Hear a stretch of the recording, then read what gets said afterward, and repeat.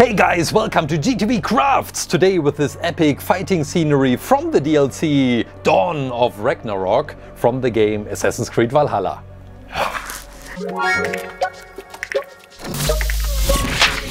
In today's creation we won't only create Odin!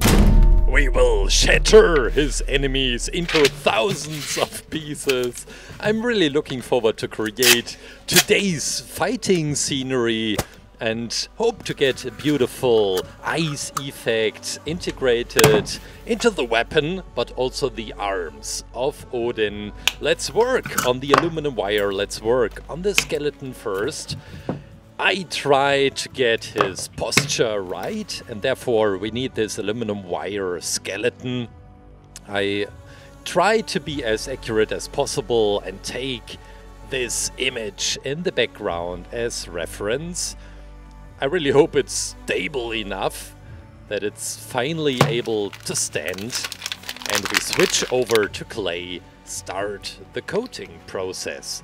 This is chocolate and we have caramel. Not really sure why they are naming these after food, but we have a beautiful leather brown, which we can now use to coat the boots of Odin, aka Ivor, which I have created some while ago, but now this time in the expansion for Dawn of Ragnarok we are playing the role of Odin, the Norse god of battle and wisdom, and we are unleashing his powers. And yeah, I'm really looking forward to this expansion. Ubisoft claims that it will be the biggest in the Assassin's Creed universe, at least what I have understood, and I'm really looking forward to play this on my PS4. Definitely will go into this new world. I heard that it gives you an additional 30 to 40 hours of gameplay. When you are quite accurate with the storyline, it's 20 hours. But as we know, collecting all this weird stuff and doing all these side quests, this can be quite time consuming. Let me talk about the character design for a minute. We have a lot of golden elements and decorational parts, like this one on the boots, and we have some Nordic runes and symbols integrated into this, and I'm not really 100% sure about these runes. I am just doodling around with my tools, and hopefully you like this as well. I try more to achieve a pattern and not the exact same symbols.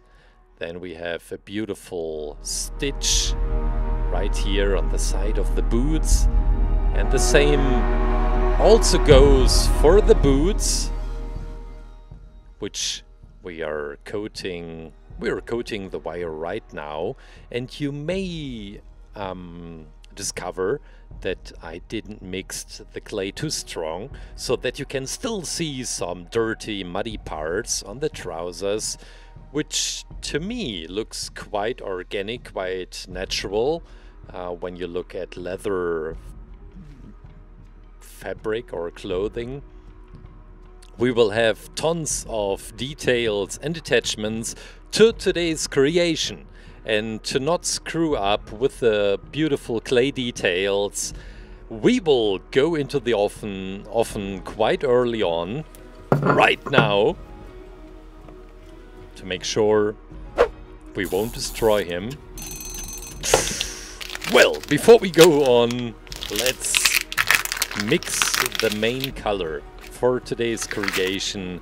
For the cloak, for example, we have the chocolate Fimo color, and when creating so many layers where I don't really understand how the creation is working or how the character design is working, I try to make it simple and start working with the very first layer and adding up all these beautiful cloaks and kind of stuff, and we need very thin layer of clay for this. The noodle machine is doing an excellent work. Look at that, it's so thin. Oh, some golden dirt.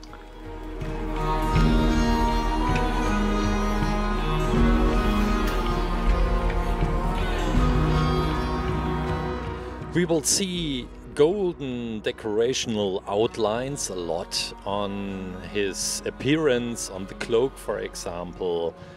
I mixed the gold together with a little bit of silver, that it isn't too warm, too strong. I found many images of Odin. Some of them looked quite silverish. Most of them golden, so I decided to make a compromise and mix in a little bit of silver. And we can start coating with the cloak. Well, what would it look like if it is natural with all the wrinkles? Huh.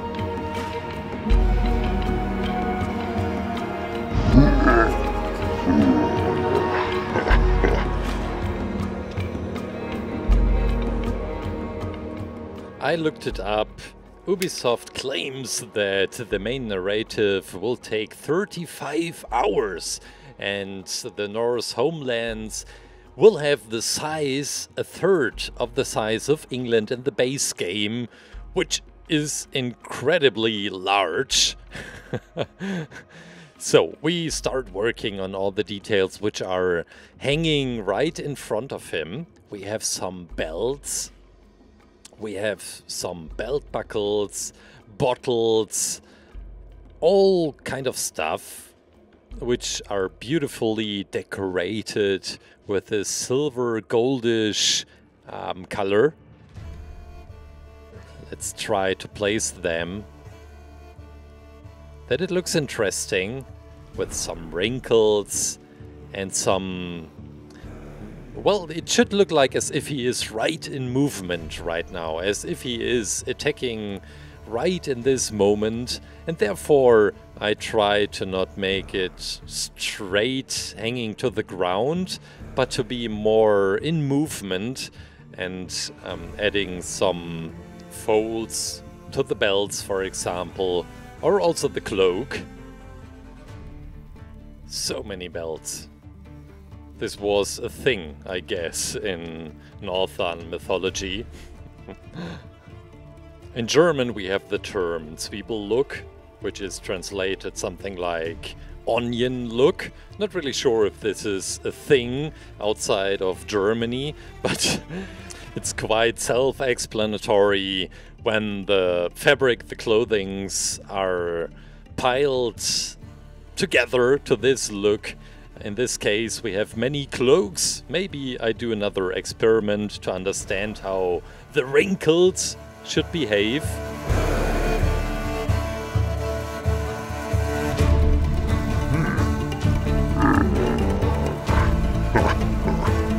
So is the second cloak copying the same wrinkles? No, not really. So it's behaving on its own. And this is quite helpful to understand, because now we can work our way up and adding more details. This time we are adding a little bit more of black clay to get this really dark brown for the drinking horn. We have also a bladder, a drinking bladder, a bottle, which is so common in the Northern mythology as well, or in the culture. So many things made from animals, and we will add this to our character design as well. This is the beautiful bottle. I once owned one of these drinking horns on the right side, not with gold, just the horn itself. Not really sure if it still exists, maybe somewhere hidden in a box at my parents' at my parents' home. And one of these leather bags I created myself with some old leather pieces, stitched it together with a very thick cord, and then we have the belt buckle. The color for the belt buckle was very, very difficult to decide for, because at many images it looked a little goldish, copper, silver, what is it? So I threw in all these colors and we are getting this shiny, beautiful belt buckle color. The strips and stripes on his appearance are slightly darker, so I threw in a little bit of black clay here as well. And with another golden outline, it looks so beautiful. The ribbon is very useful to put the different layers into the right position and to create the illusion of fabric which is sticking together. It looks so beautiful. Well, organizing the stuff was the most difficult part, because suddenly I realized that the belts and the stripes have to go over each other, but still it should not look too thick. We have the belt buckle right in the middle, the horn and also the bottle on the right side. Aha, I love the look right now. Really Nordish, really wild, but still elaborated. When I am creating stuff from Assassin's Creed, I always have to think about my very first game which I played in this series, well, which I really loved. I think I played the first one, but fell in love with the second one, with Ezio Auditore da Firenze. And in his world, I really love the journey through the Renaissance Italy and his journey as an assassin, his encounters with Leonardo da Vinci and Venice, and this atmosphere still to this day makes me feel so nostalgic. It had so much atmosphere. There were certain moments in the game, like using the flying machine from Leonardo, which still are in my head till today. What was your first Assassin's Creed game? I'm really curious to read it in the comments. Maybe your first and your favorite till today. The shoulder patches, the shoulder protections are in position, and now we bring in some fun colors. We have this blue, we have this turquoise, and after mixing we can create the feathers, these beautiful feathers, and you will be surprised what a little bit of color will bring into this creation, which is quite brownish and muddy up to this point. But look at that. When adding all these beautiful feathers in 2 layers, we have some feathers coming from underneath and some feathers coming from the top. Oh wow, I just love it.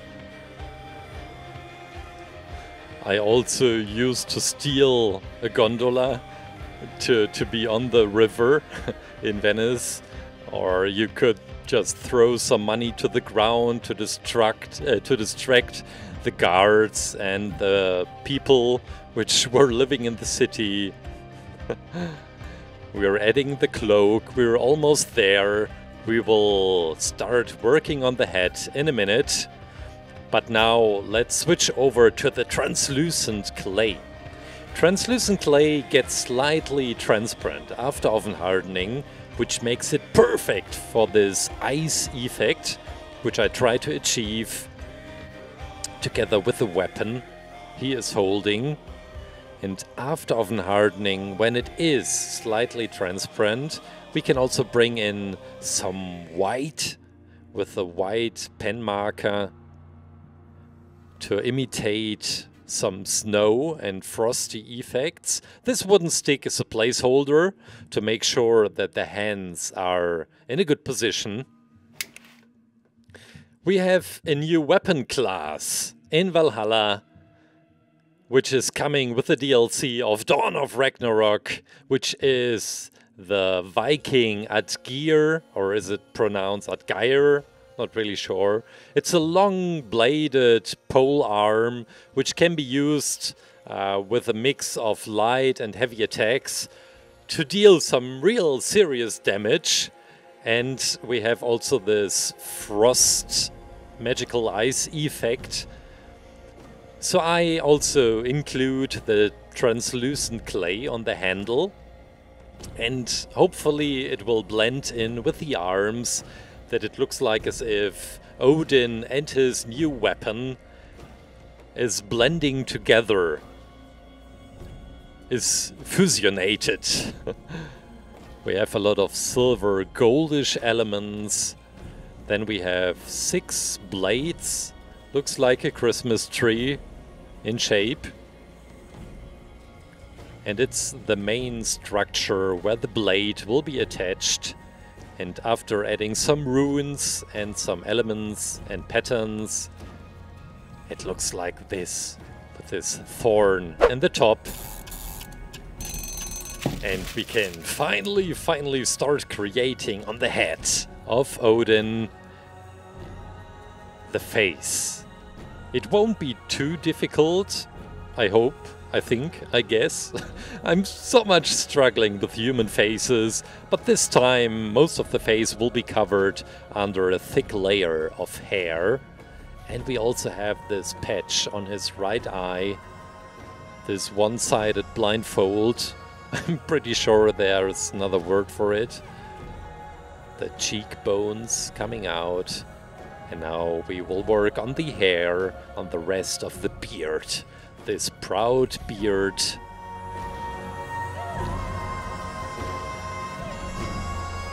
Okay. Now the top of the head. Oh, maybe we can finish the beard first. I think the main thing I'm struggling the most with when it comes to human faces, making a slightly tiny mistake and the head looks misshaped and weird and ugly. Other body parts aren't too critical to me or to everyone. Nobody will notice if one arm is slightly longer than another, but if one of the eyes is bigger than the other, it looks weird.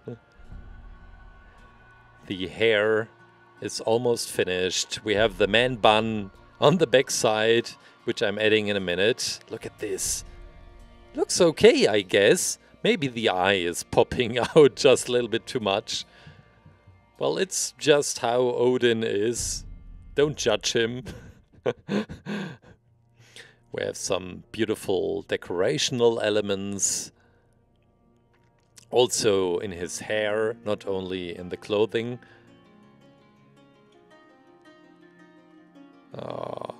Okay.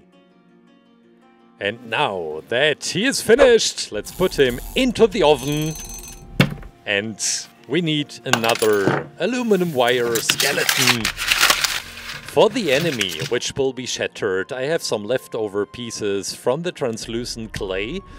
And the idea is to create this image. An enemy, nobody will recognize or notice him. Well, I don't really care. It's more about how he is dying. So I'm just interested in how he is dying, how he is shattering into thousands of pieces. This glass shatter effect.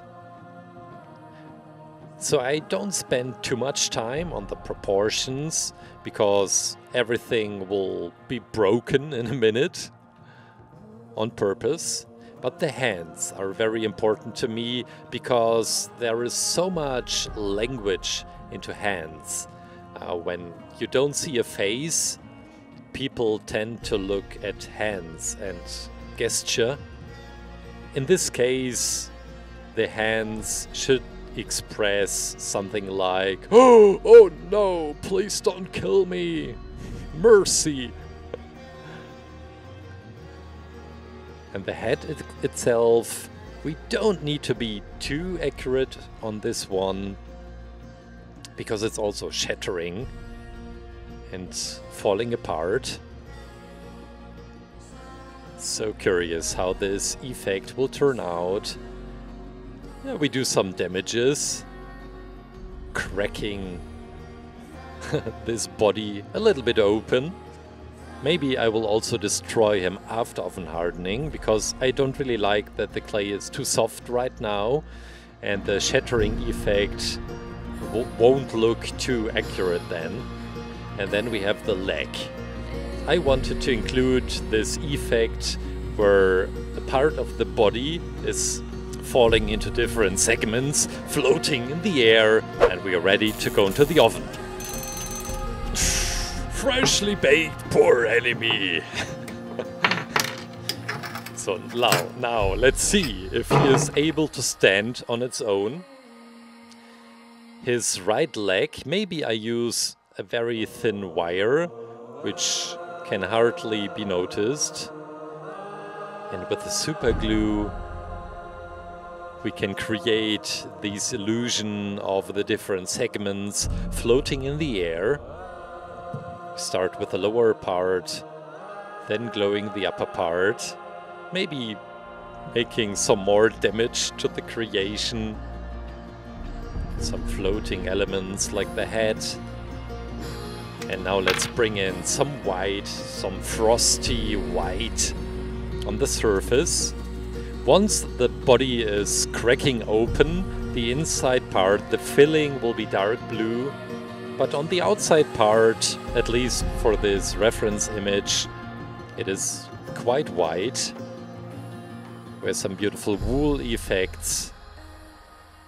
Ah, look at that! So curious how it will work together with Odin, who's also freshly baked. But we need to bring in a little bit of color to him as well. We have some details on the face, but also his weapon and the cloak. Maybe the weapon first, with the super glue, bringing it into position, that he has a strong grip. And now with white, I try to blend in this translucent clay, which is really shiny right now, which I really like. And the feathers, we make a tiny color gradient to the feathers to make them look more organic. Some shadows in the face and on the hair.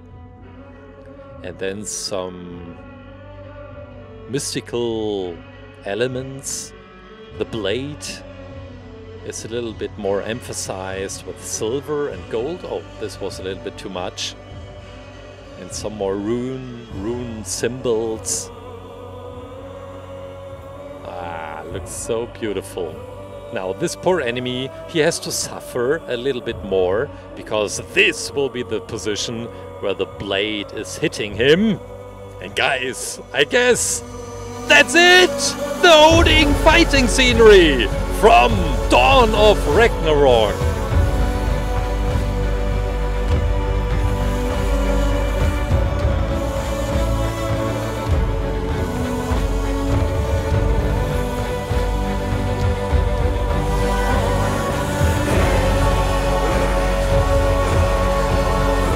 I hope you enjoyed the video. Let me know what you would like to see next here on gTV Crafts. Leave it down in the comments. Have an amazing weekend and take good care. Bye.